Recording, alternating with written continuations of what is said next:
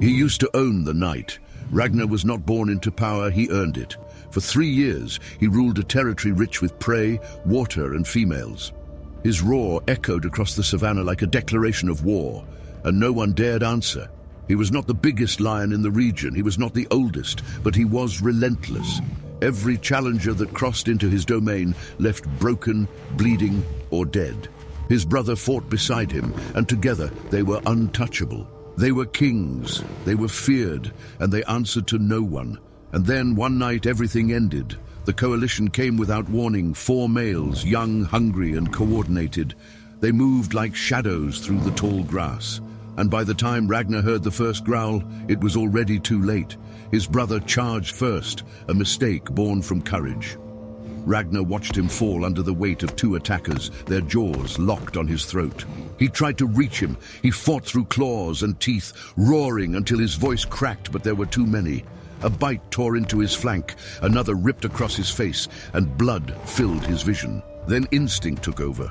Not the instinct to fight, but the instinct to survive. For the first time in his life, Ragnar ran from a battle. He did not look back. He could not. Behind him, his brother's roars turned to silence, and the night swallowed everything he had ever built. By dawn, he was miles from his territory, alone, bleeding and broken. The savanna stretched ahead like a death sentence. He had no pride, no brother, no home, nothing but the breath in his lungs. But survival in the wild is not about strength, it is about territory. A male lion without land is a ghost. He cannot hunt efficiently alone. He cannot rest without fear. And every pride he passes will reject him, while every coalition will see him as a threat. To reach unclaimed land, Ragnar must cross 3 territories ruled by killers, 3 borders, 3 armies, 3 chances to die, and he has only 7 nights to do it. The first territory belongs to the Scarred Brothers, 2 veterans who rule with iron discipline and patrol their borders every single night. The second belongs to the Silent Killers, a coalition of 3 who hunt intruders like prey and strike without warning or mercy. And the third belongs to a legend, a single male so brutal and so relentless that even other coalitions avoid his domain. They call him the Warlord. His territory is littered with the bones of nomads who thought they could pass through unseen. No one ever has. Ragnar has 7 nights. 7 nights to move like a ghost through lands ruled by death. One mistake, one broken branch, one misplaced scent, one moment of hesitation, and he will join the bones that mark these territories. The odds are impossible and the math does not work. But Ragnar is not thinking about odds. He is thinking about his brother. He is thinking about the fire in his chest that refuses to stop burning. And he is thinking about one simple truth. He did not survive that massacre just to die as a nameless nomad in someone else's land. The first border is 3 miles ahead. He can smell their markings already. Urine soaked into the bark of acacia trees, claw marks dragged through the dirt, the unmistakable musk of dominant males. The Scarred Brothers are close. They roar every night to announce their presence, daring anyone to challenge them. Ragnar will not challenge. He will not roar. He will become something he has never been before, invisible. The sun is setting and the shadows are growing longer. He lowers his body into the grass, his golden eyes fixed on the horizon, and takes his first step toward enemy territory. Somewhere in the darkness ahead, a roar splits the night, deep and thunderous, shaking the air itself. It is a warning, a promise, a death sentence to any male foolish enough to enter. Ragnar does not flinch. He does not hesitate. He simply vanishes into the shadows, moving low and slow, letting the grass swallow his shape. The Scarred Brothers are awake, and they are hunting. But tonight, they will not find him. Tonight, Ragnar becomes a ghost. What he does not know is that the Scarred Brothers are not patrolling their usual route. Something has changed. Something has drawn them closer to the exact path Ragnar is about to take. And by the time he realizes it, it may already be too late. The border smelled like death. Ragnar moved low through the grass, every muscle tensed, every sense on high alert. The markings were everywhere, urine on the trees, claw gouges in the bark, the thick musk of dominant males hanging in the air like a warning. This was not just territory, this was a fortress. The scarred brothers had ruled this land for 6 years, and they had earned their name the hard way.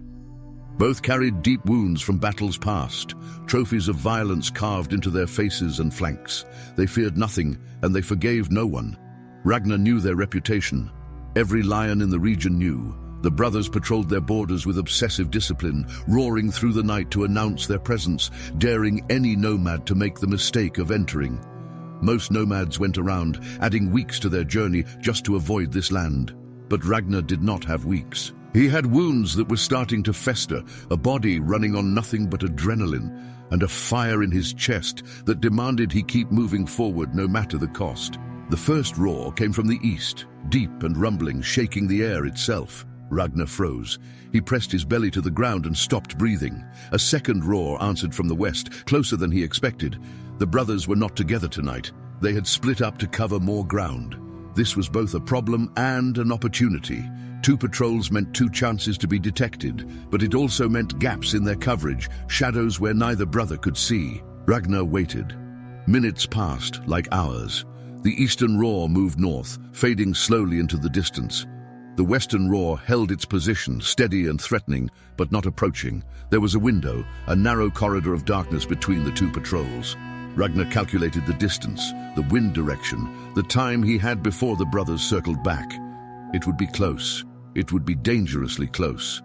But it was the only way. He moved like water through the grass, silent and low, placing each paw with surgical precision.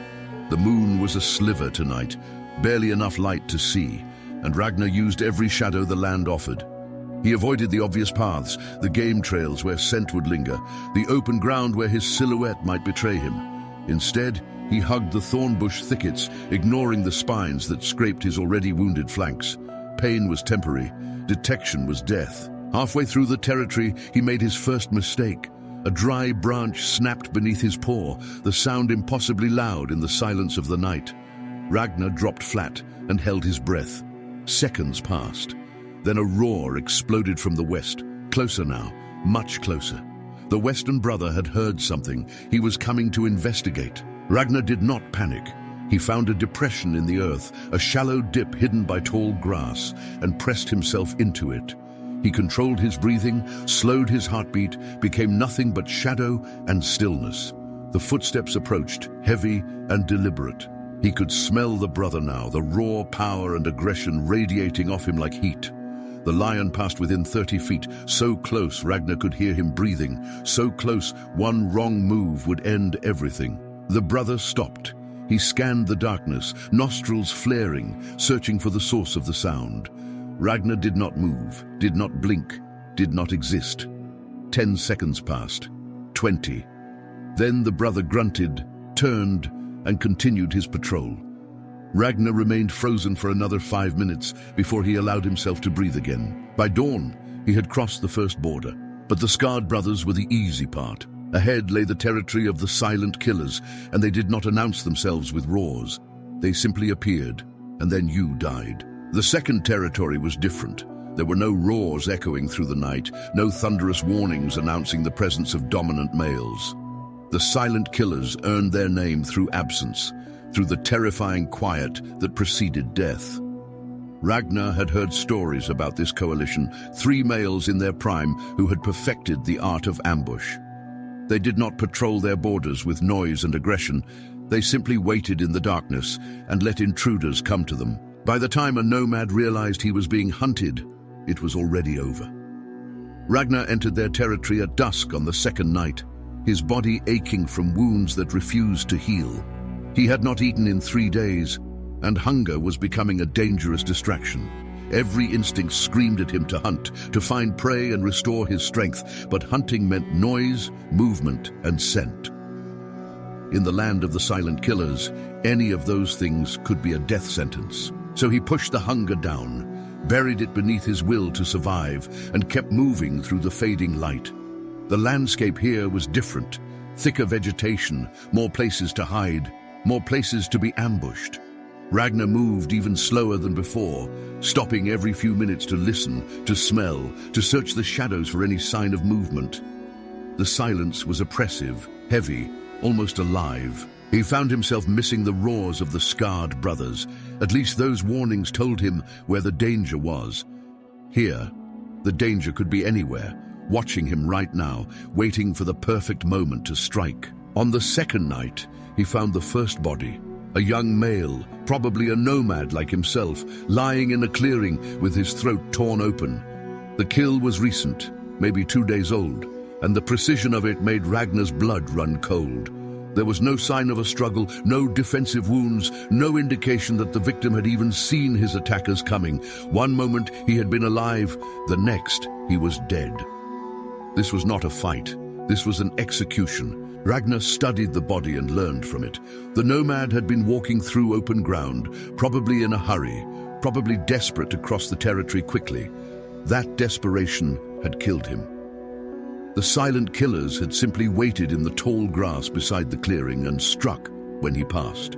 Ragnar memorized the lesson and adjusted his path, abandoning any route that offered clear sight lines, choosing instead the dense thickets where ambush was harder and escape was possible. The third night was the longest of his life. He moved less than 2 miles, stopping constantly, doubling back on his own trail, creating false paths that led nowhere.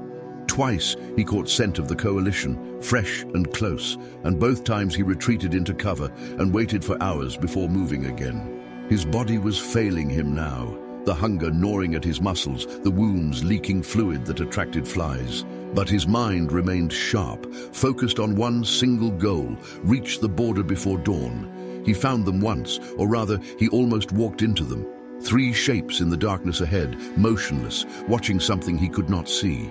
Ragnar froze mid-step and slowly, painfully backed away without making a sound. His heart pounded so loud he was certain they would hear it, but the brothers never turned. He circled wide, adding an hour to his journey, and did not breathe normally until he was half a mile away. Dawn of the 4th day found him at the edge of their territory, exhausted beyond measure, but alive.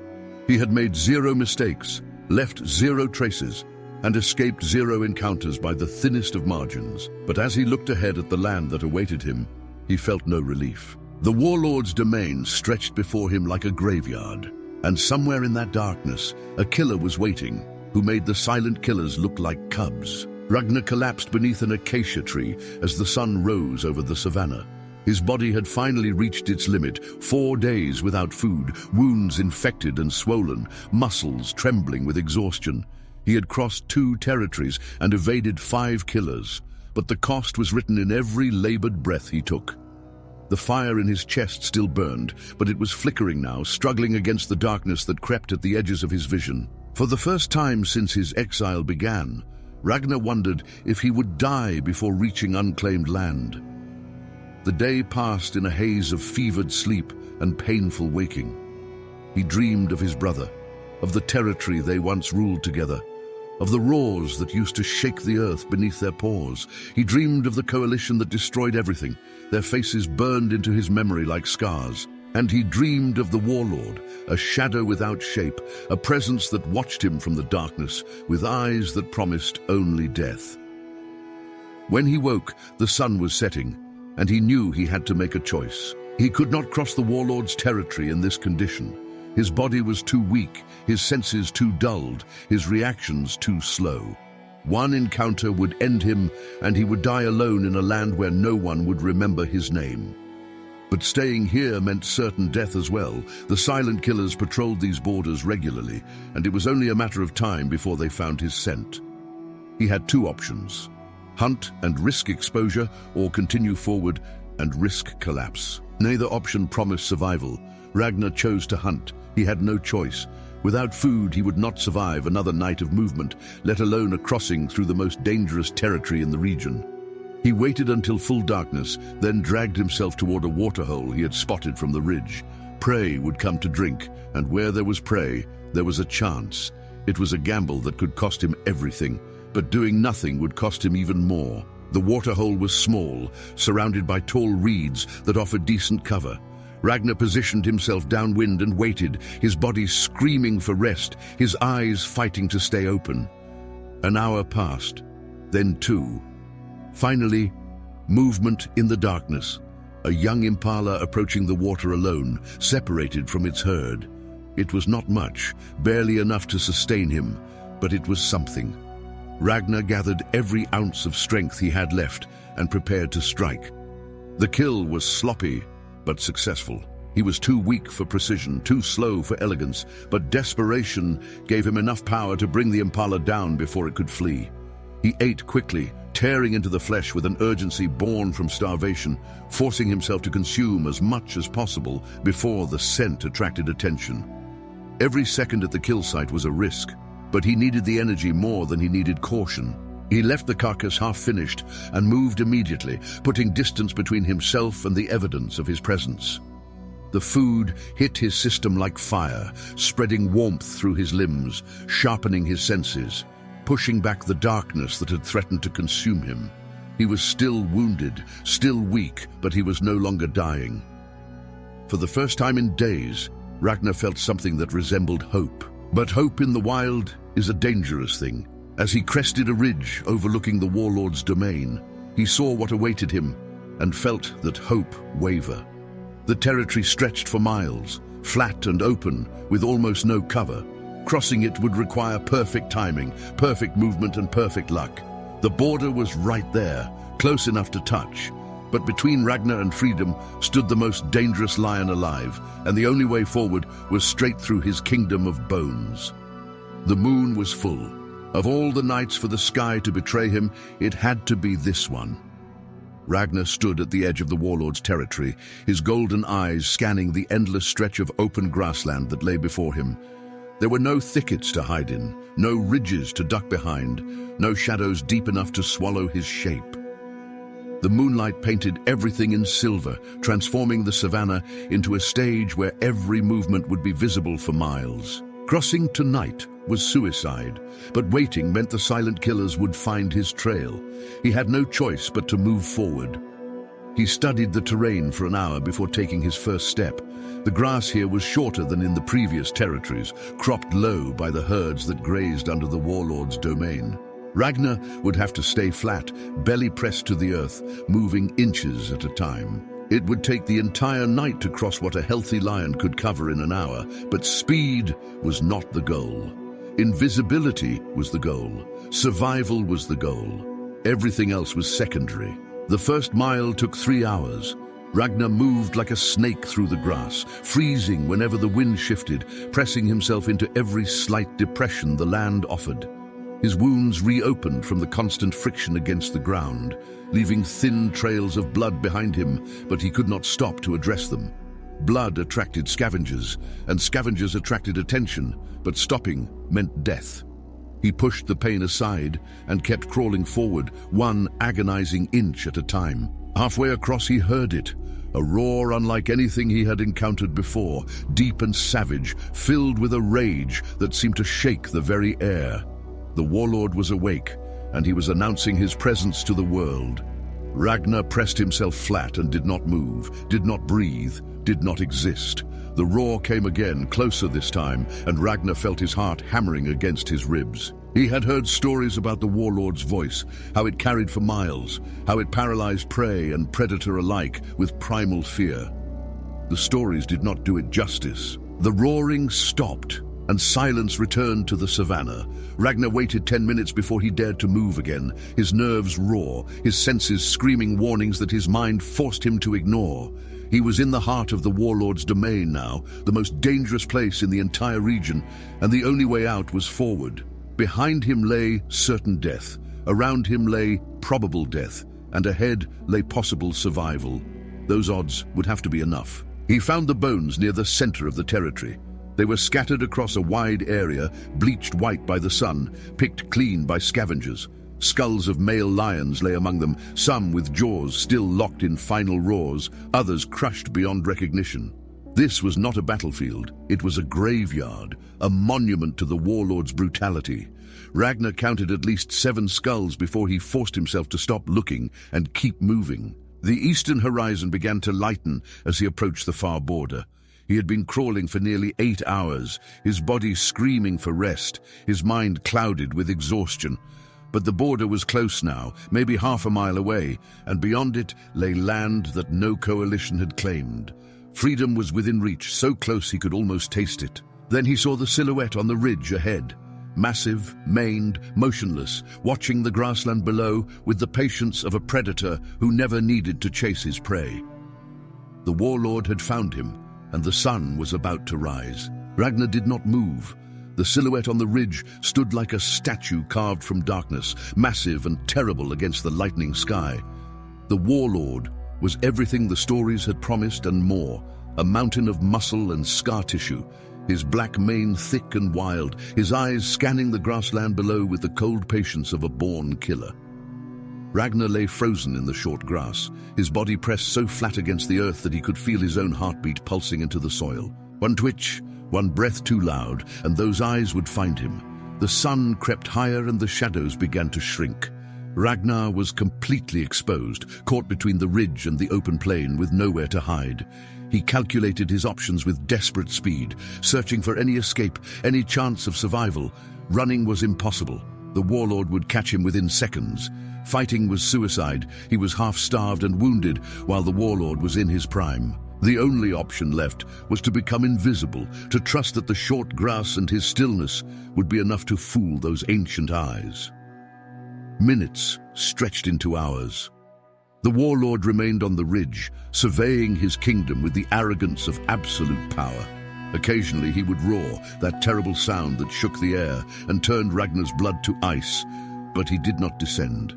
He was not hunting, Ragnar realized. He was simply watching, reminding his territory who owned it. The sun climbed higher and the heat became unbearable, pressing down on Ragnar like a physical weight, cooking his dark mane, draining what little moisture remained in his body. By midday, Ragnar was dying. The heat was killing him faster than any predator could, and he knew he could not survive another hour without shade or water. But the Warlord had not moved, had not left his post on the ridge, had not given Ragnar any window to escape. This was how nomads died in the Warlord's domain, not in battle, but in waiting, cooked alive by the sun while the king watched from above. It was a death without honor, without meaning, and Ragnar refused to accept it. He made his decision in an instant. A small termite mound lay 30 yards to his left, barely large enough to provide shade, but enough to survive the worst of the heat. Reaching it meant moving in full view of the ridge, gambling everything on the hope that the Warlord was not paying attention. It was insane, it was desperate, and it was his only chance. Ragnar gathered his strength, whispered a silent farewell to his brother, and began to crawl. The 30 yards felt like 30 miles. He moved so slowly that grass grew faster, inching forward one paw at a time, never lifting his body more than necessary, never taking his eyes off the silhouette above. The Warlord shifted once, turning his great head toward the east, and Ragnar froze for 5 agonizing minutes before continuing. Sweat poured into his eyes, his muscles cramped and screamed, but he did not stop. He could not stop. He reached the termite mound as the sun reached its peak. The shade was thin but real, dropping the temperature just enough to keep him alive. Ragnar pressed himself against the cool earth and let his body rest, while his eyes remained fixed on the ridge. The Warlord was still there, still watching, still waiting, but he had not seen. Somehow, impossibly, he had not seen. Night fell slowly, and with it came hope. The Warlord finally descended from the ridge, disappearing into the eastern portion of his territory to patrol or hunt. Ragnar waited another hour to be certain, then rose on trembling legs and began to move toward the border. But the Warlord was not gone. He was circling, and his path would bring him directly across Ragnar's escape route before midnight. The border was less than a mile away. Ragnar could see it in the distance, a line of acacia trees marking the edge of the Warlord's domain and the beginning of unclaimed land. Freedom stood right there, close enough to taste, close enough to drive him mad with desperate hope. But between him and those trees, the Warlord was circling, his massive shape moving through the darkness like a shadow made flesh. Ragnar had 7 nights to cross 3 territories with 0 mistakes, and now, on the final night, the margin for error had vanished completely. He tracked the Warlord's movement by sound alone. The great lion made no effort to hide his presence, his paws heavy on the earth, his breathing deep and steady, the occasional low growl rumbling from his chest like distant thunder. He was not hunting, not yet, but he was suspicious. Something had disturbed his territory, some scent or sign that did not belong, and he was searching for the source. Ragnar pressed himself into a shallow gully and watched the shadow pass less than 50 yards away, so close he could smell the blood on the Warlord's mane. The Warlord stopped. Ragnar's heart ceased beating.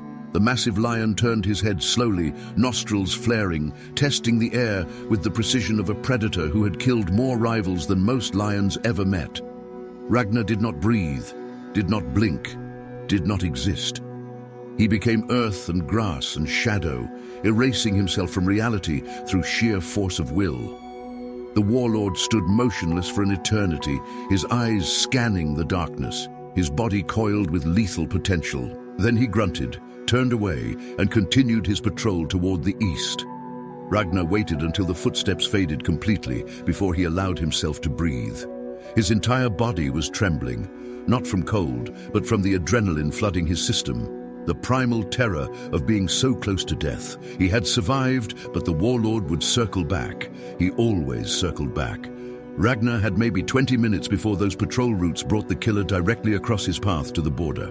20 minutes to cover a mile of open ground. 20 minutes to escape or die. He ran. For the first time in 7 nights, Ragnar abandoned caution and simply ran. His wounded legs screamed in protest, his lungs burned with effort. His heart pounded so hard he thought it might explode. But he did not slow down, did not look back, did not think about anything except the trees ahead. The acacia line grew closer with every stride, the border between hell and freedom shrinking with every desperate second. Behind him, he heard a roar of rage split the night. The Warlord had found his trail. The ground shook with pursuing footsteps. Ragnar pushed harder, finding strength he did not know he possessed, drawing on reserves that should have been empty days ago. The trees were close now, so close, just 100 yards, 50 yards, 20. He could hear the Warlord behind him, gaining with every stride, those massive paws tearing up the earth in furious pursuit. 10 yards, 5. The border was right there. Ragnar crossed the tree line and kept running. He did not stop until his legs gave out completely, collapsing in a thicket of thornbush half a mile into unclaimed territory. Behind him, at the edge of the acacia trees, the Warlord stood roaring his fury into the night, but he did not follow. This was not his land. His kingdom ended at those trees, and even in his rage he would not cross. Ragnar lay in the thornbush, bleeding and broken and more alive than he had ever felt. 7 nights, 3 borders, 0 mistakes. He had done the impossible, but survival was only the beginning. Now came the harder part, building a kingdom from nothing, alone, in a land where he was still a stranger. Dawn broke over unclaimed land, painting the sky in shades of gold and crimson. Ragnar lay in the thornbush, where he had collapsed, his body broken but his spirit undefeated. Every muscle ached, every wound throbbed, every breath reminded him of the price he had paid to reach this moment. But he was alive. After 7 nights of running, hiding, and fighting against impossible odds, he had crossed 3 territories and escaped 3 armies of killers. The nomad, who should have died a dozen times over, had survived. He rose slowly, testing his legs, feeling the damage that a week of desperation had carved into his body. The wounds on his flank had reopened during the final sprint, and infection was spreading through his system like slow poison. He needed rest, water, and time to heal, but for the first time since his exile began, he had all 3.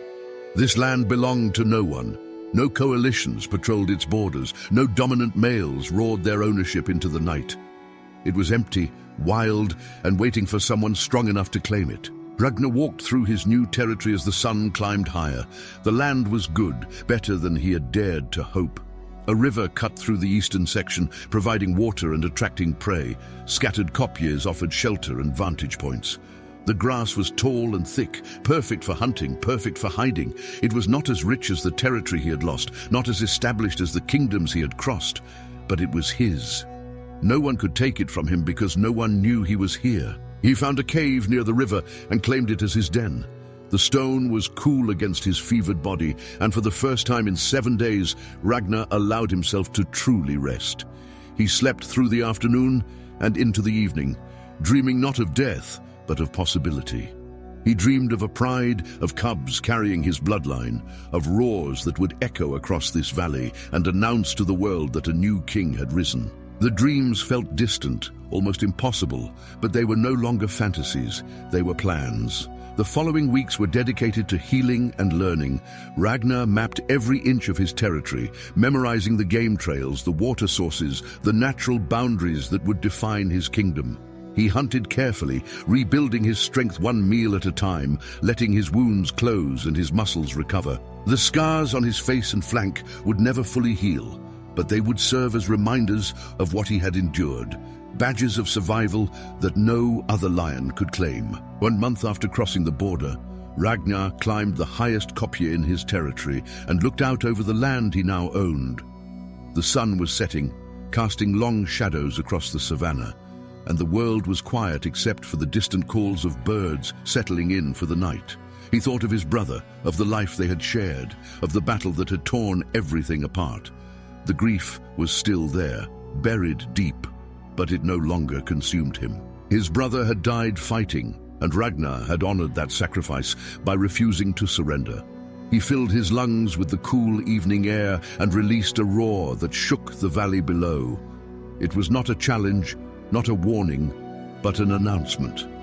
A declaration that this land had found its king. The sound rolled across the savanna like thunder, reaching territories he had crossed, reaching ears that would remember the nomad who should have died. Ragnar, the exile, the ghost, the survivor, had claimed his throne. The journey had nearly killed him. The loneliness had nearly broken him, but he had emerged from the darkness stronger than before, forged by fire into something that could not be destroyed. If you want to witness what happens when Ragnar builds his empire and faces the enemies who will inevitably come for his crown, subscribe now and join the journey from the very beginning.